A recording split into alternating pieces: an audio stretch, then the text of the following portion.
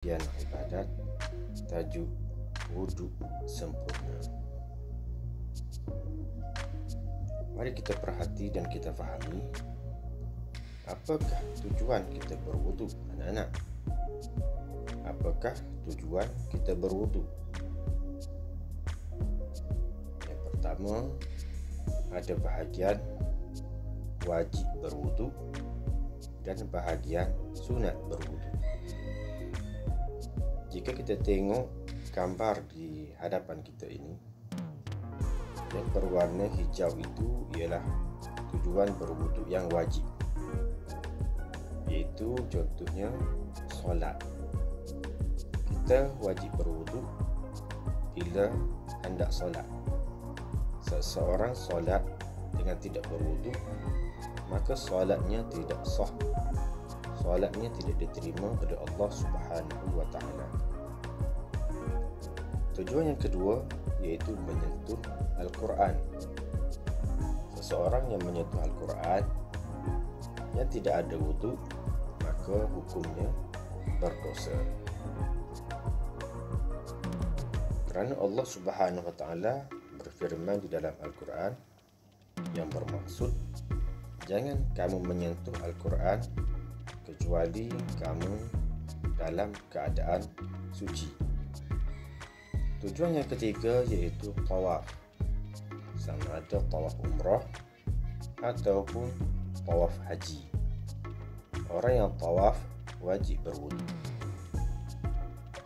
Tujuan berwuduk yang kedua iaitu sunat kita berwuduk. Yang pertama, sebelum kita tidur. Tujuannya, yang pertama, malaikat akan menjaga kita dan mendoakan kepada kita sehingga kita bangun keesokan hari. Yang kedua, tujuannya untuk memelihara kita daripada diganggu oleh jin, syaitan yang mengganggu sama ada dalam bentuk mimpi ataupun dengan sebab sihir yang dilakukan oleh musuh-musuh kita. Tujuan wuduk yang sunat yang kedua iaitu kerana untuk menuntut ilmu.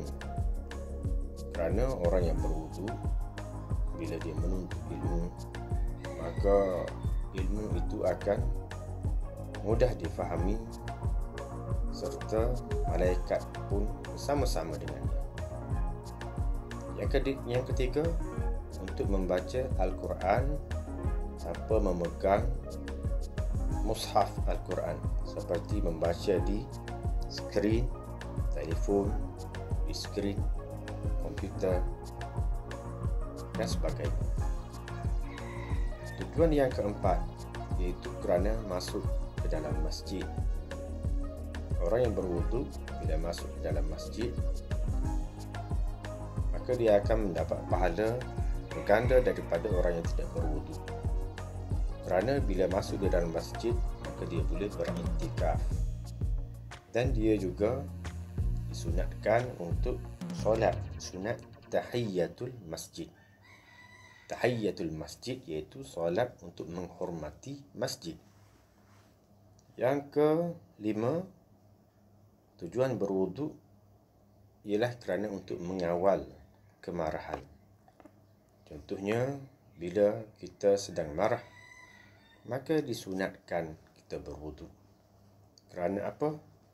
Kerana orang yang sedang kemarahan itu, dia akan terdorong untuk dihasut oleh syaitan. Syaitan akan bersegera membantu kemarahannya. Bila dia marah, maka bila dia berwuduk, maka air wuduk itu akan menyejukkan, akan menghilangkan kemarahannya.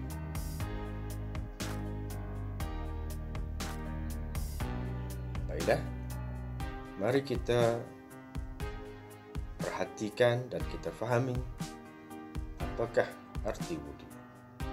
Mari kita sama-sama membaca perbualan di antara ustaz dan anak-anak muridnya. Cikgu, apakah arti wuduk? Wudu ialah perbuatan meratakan air pada anggota tertentu beserta dengan niat.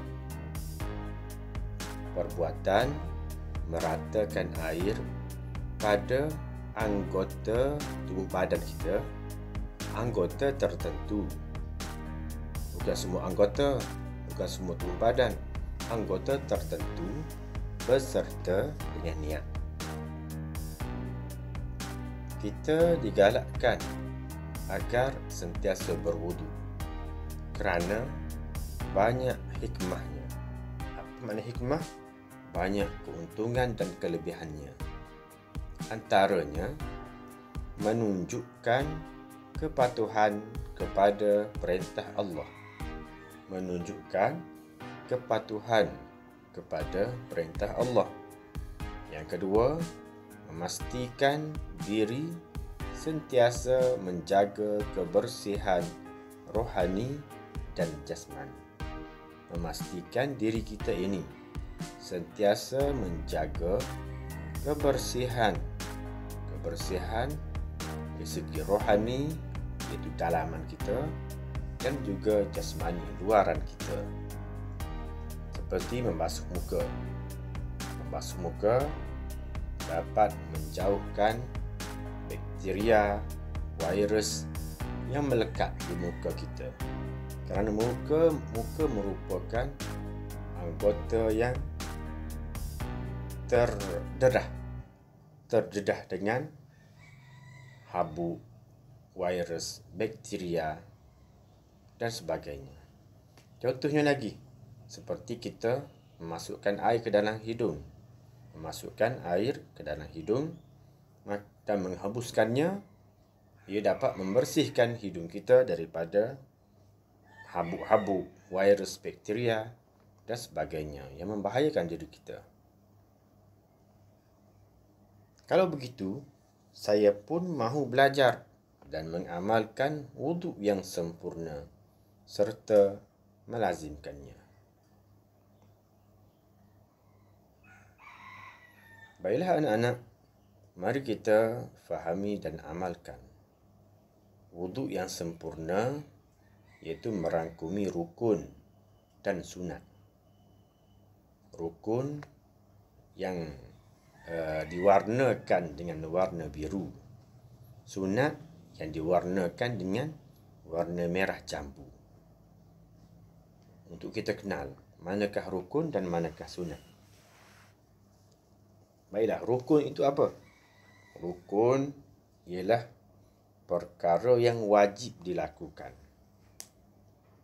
Perkara yang wajib dilakukan. Sekiranya tidak dilakukan, maka tidak sah wuduk kita. Sunat ialah perkara yang tidak wajib kita lakukan. Tetapi sekiranya kita tinggalkan, maka kita tidak mendapat pahala. Jadi kita kena buat semua. Kita kena buat sama ada rukun ataupun yang sunat. Baiklah. Yang pertama, sunat. Cuba kita tengok warna merah jambu. Yang pertama, bersugi. Menggosok gigi. Sama ada dengan menggunakan kayu sugi. Ataupun menggunakan brus gigi. Sebelum kita berwudu, disunatkan kita bersugi. Yang kedua, iaitu bila selesai daripada bersugi, maka disunatkan kita membaca Bismillahirrahmanirrahim. Adapun bersugi tadi, disunatkan juga kita membaca Bismillahirrahmanirrahim. Dan untuk mendapat pahala sugi ataupun gosok gigi, disunatkan juga kita berniat. Sahaja aku bersugi kerana Allah Ta'ala. Nawaitul istiyaga sunnatan lillahi ta'ala.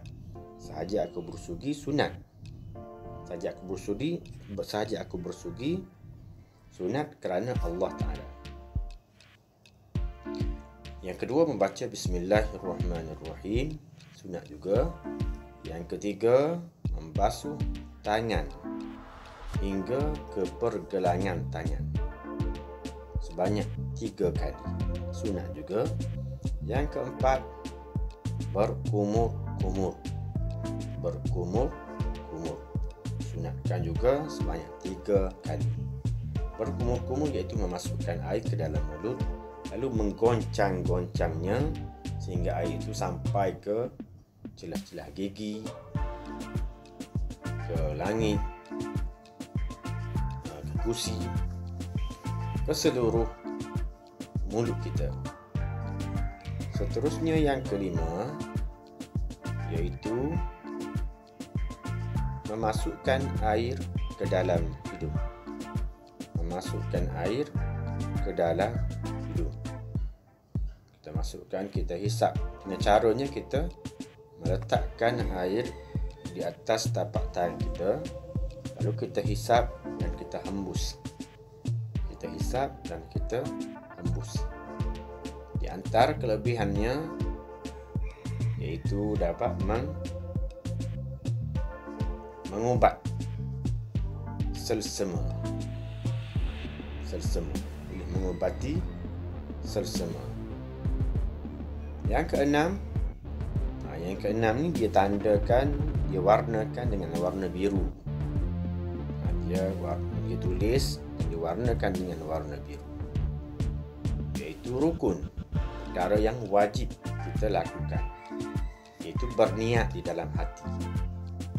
Berniat di dalam hati, niatnya iaitu dalam bahasa Arab, nawaitu raf'al hadathil asghari lillahi ta'ala. Nawaitu raf'al hadathil asghari lillahi ta'ala. Maksudnya, sekiranya tidak ingat lafaz niat dalam bahasa Arab, kita boleh juga niat dalam bahasa Melayu. Allah memahami, Allah tahu maksud niat kita, nawaitu kita. Kita juga boleh berniat, sahaja aku mengangkat hadas kecil kerana Allah Ta'ala. Niat di mana? Di dalam hati. Niat di dalam hati. Ketika mana niat dalam hati?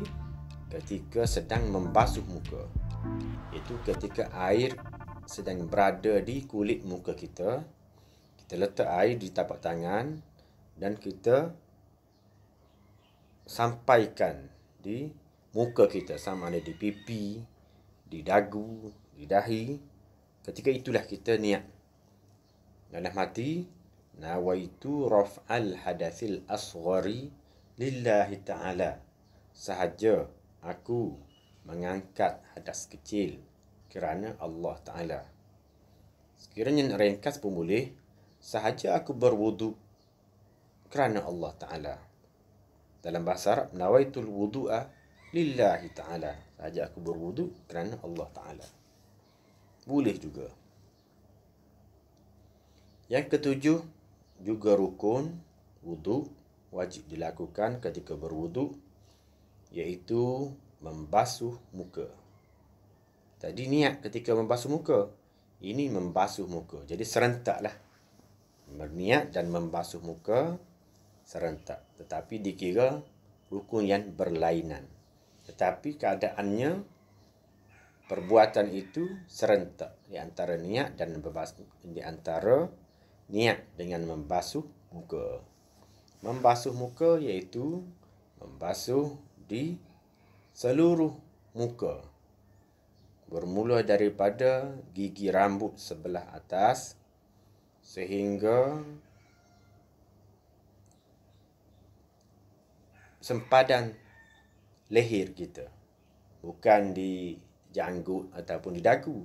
Di bawah dagu kita, sehingga kalau ada orang yang ada janggut, sehingga hujung janggut, hujung keluar janggut. Iaitu berhampiran dengan, kalau orang lelaki ada halkum.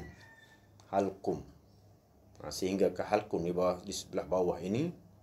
Basuh sehingga ke bawah ini. Kemudian di sebelah kanan pula, di hujung cuping telinga itu. Kanan hingga ke cuping telinga kiri. Dan disunatkan juga kita melebihkan basuhan muka. kerana Rasulullah SAW berbangga dengan umatnya melebihkan basuhan muka. Ghurran muhajjalina min atharil wudu.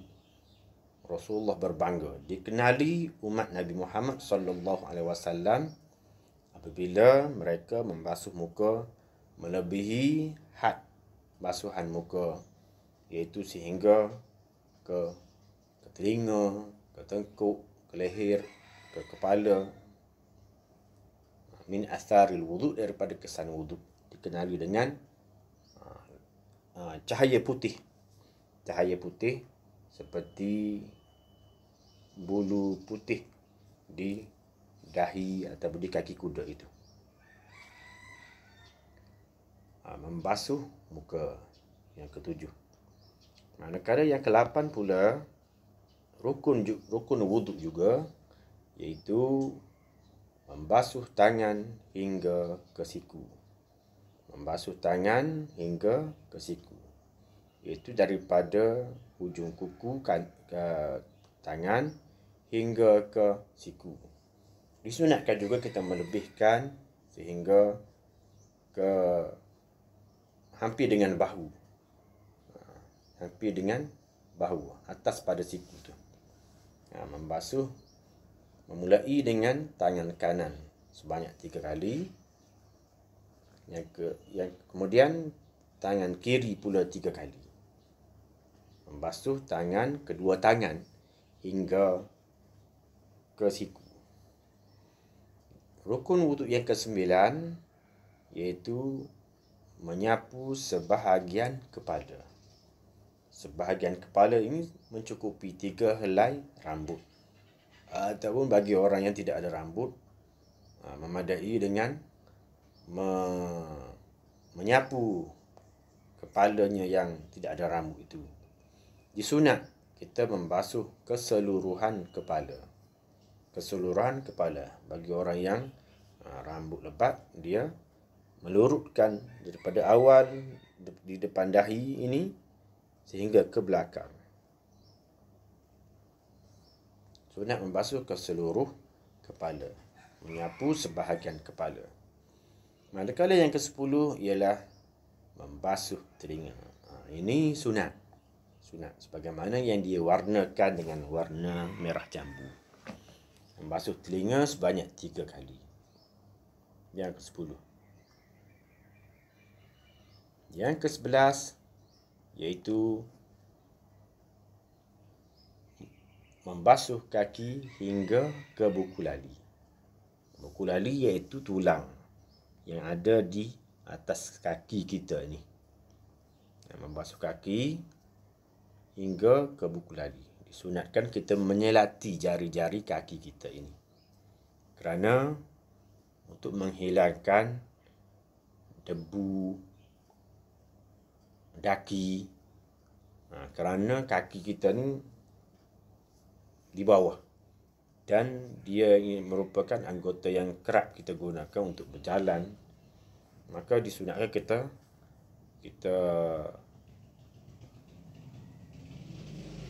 gonyok kaki kita ni sehingga keluar daki-daki yang ada di kaki. Dan disunatkan juga kita melebihkan basuhan sehingga ke betis. Disunatkan juga kita membasuhkan hingga ke betis. Pastikan air itu rata dan sampai ke seluruh anggota wuduk kita, terutamanya anggota yang wajib. Sekiranya tidak rata, sekiranya ada benda-benda yang menghalang air sampai ke anggota wuduk kita, seperti liquid paper, seperti getah, gam, cat, maka kita kena kikis. Kita kena buang dahulu supaya air itu rata, dapat mengenai kulit anggota wuduk kita. Lebih lagi hak yang wajib. Yang ke-12 iaitu tertib. Apa makna tertib? Iaitu mengikut step, langkah satu persatu.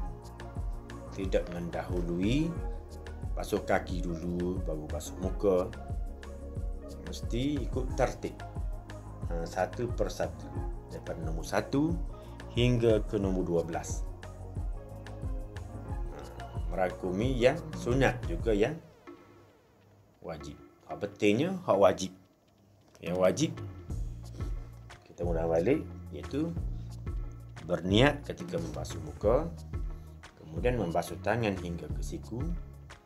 Yang ketiga, kita bilang satu-satu. Yang pertama, niat ketika membasuh muka. Yang kedua, membasuh muka. Yang ketiga, membasuh tangan hingga ke siku. Yang keempat, menyapu kepala. Yang kelima, membasuh kaki hingga ke buku lali. Yang keenam, tertib. Ini wajib. Wajib dan wajib tertib di sini. Ada punya sunat selain daripada 6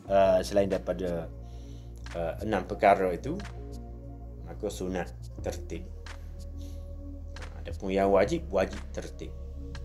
Wajib tertib, rukun yang wajib itulah bermula daripada niat sehingga tertib. Yang ke-13 iaitu membaca doa. Ini sunat hukumnya. Bagaimana diwarnakan warna merah jambu. Doanya iaitu bila kita berdoa disunatkan juga kita menghadap kiblat. Menghadap kiblat. Sunat kita menghadap kiblat dan menadah tangan. Doanya ialah, mari kita baca sama-sama. Asyhadu an la ilaha illallah wahdahu la syarika lah wa asyhadu anna Muhammadan abduhu wa rasuluh. Allahumma ij'alni minat tawwabin waj'alni minal mutatahhirin waj'alni min ibadikas salihin. Subhanakallahumma wa bihamdik asyhadu an la ilaha illa ant astaghfiruka wa atubu ilaik. Jadi anak-anak boleh, kerana ini video, anak-anak boleh mengulang-ulang mengikuti bacaan ustaz dan menghafaz sehingga ingat, insya-Allah. Mari kita fahami dan kita hayati perkara makruh yang membatal, perkara makruh dan perkara yang membatalkan wudu. Apakah perkara yang makruh ketika berwudu? Perkara yang makruh ketika berwudu iaitu bercakap. Sedang berwudu dia bercakap dengan kawannya, hukumnya makruh. Apa pula maksud makruh? Makruh bila kita lakukan tidak mendapat pahala. Bila kita tinggalkan mendapat pahala. Bermakna sekiranya kita tidak bercakap, kita dapat pahala. Sekiranya kita bercakap, tak dapat pahala. Berdosa ke? Tidak berdosa, tapi tidak dapat pahala. Rugilah. Kalau kita bercakap, rugi kita, sebab tak dapat pahala. Kalau kita senyap, dapat pahala. Itu makna makruh. Yang kedua, berlebihan menggunakan air. Berlebihan, membazir air, buka air kuat-kuat. Baru ketika tu baru nak pecah jam, baru nak baru nak cabut jam, baru nak singsing baju, seluar, buka air kuat-kuat. Sepatutnya kita sedia dulu. Pecah dulu kopiah, pecah dulu songkok, pecah dulu semua sekali, barulah kita berwudu. Bukan buka air dulu baru pecah benda-benda tu. Berlebihan menggunakan air. Itu sekiranya air di rumah kita. Sekiranya air itu di masjid, maka air itu ialah air yang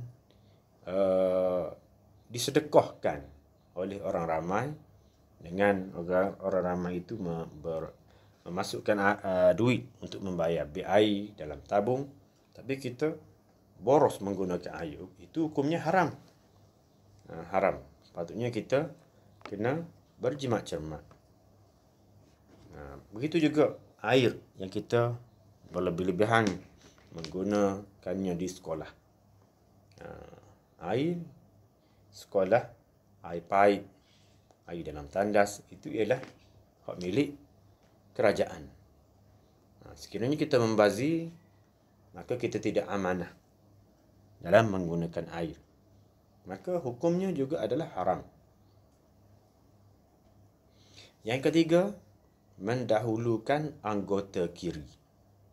Seperti kita membasuh tangan hingga ke siku, kita basuh tangan kiri dulu.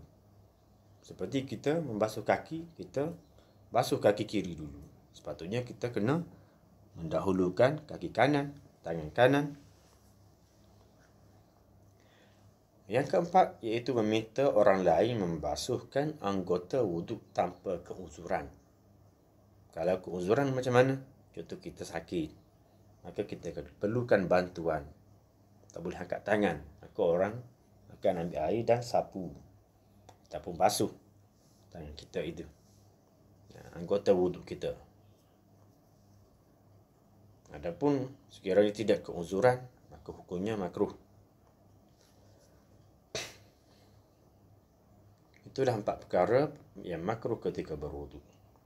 Seterusnya, apakah perkara yang membatalkan wuduk? Perkara yang membatalkan wuduk, maka kita kena ambil semula air sembahyang. Ambil semula wuduk bila wuduk kita terbatal. Yang pertama, keluar sesuatu daripada kubul dan dubur. Keluar sesuatu sama ada kentut, kencing, berak, keluar tahi, keluar air kencing. Keluar sesuatu daripada kubul. Apa makna kubul? Itu kemaluan. Kemaluan sebelah depan, tempat keluar air kencing. Dubur, iaitu di sebelah belakang, tempat keluar tahi. Yang kedua, tidur yang tidak tetap punggung. Tidur, kita tidur miring ke, menelentang ke. Tidur sehingga kita jenera lah. Tidur yang tidak tetap punggung. Adapun kalau kita tidur, yang kita tidur sedang bersila, melunjuk, ataupun tidur terlena ketika sedang menunggu solat, kita tidur ketika berada di atas kerusi terlena, maka itu tidak batal. Kerana bila kita tidur, akal kita tidak dapat berfungsi dan masa itu kita tidak tahu adakah keluar ataupun tidak angin di dubur kita itu. Jadi bila kita tidur tetap pada punggung, maka kentut itu tidak akan keluar kerana tetap papan punggung. Maka wuduk tak batal lah. Tapi bila kita tidur yang tidak tetap punggung, maka batal. Yang ketiga, iaitu hilang akal, seperti mabuk atau pitam. Hilang akal, terjadinya sawan ke contoh, ataupun dia tersilap makan lalu mabuk, ataupun panas sangat, maka dia pun pitam, menyebabkan batal wuduk. Yang keempat, bersentuh kulit lelaki dan perempuan yang bukan mahram. Bersentuh kulit lelaki dan perempuan. Lelaki dengan perempuan ataupun perempuan dengan lelaki, sentuh kulit yang bukan mahram. Apa itu makna mahram? Mahram ialah orang yang haram kita bernikah dengannya. Seperti adik-beradik kita, lelaki, perempuan, ibu bapa kita, bapa saudara sebelah ibu ataupun sebelah bapa kita, tok nenek kita, anak kita, cucu kita. Itu orang-orang yang haram kita bernikah dengannya. Adapun yang halal kita bernikah dengannya seperti sepupu, dua pupu, maka itu batal wuduk. Itu makna mahram. Yang kelima, menyentuh kubur. Kubur sebagaimana Ustaz dah beritahu tadi apa maksud kubur, ataupun menyentuh dubur dengan tapak tangan. Tapak tangan. Ataupun belakang tapak tangan tak batal. Tapak tangan sebelah depan. Sebelah depan tapak tangan kita. Batal wuduk.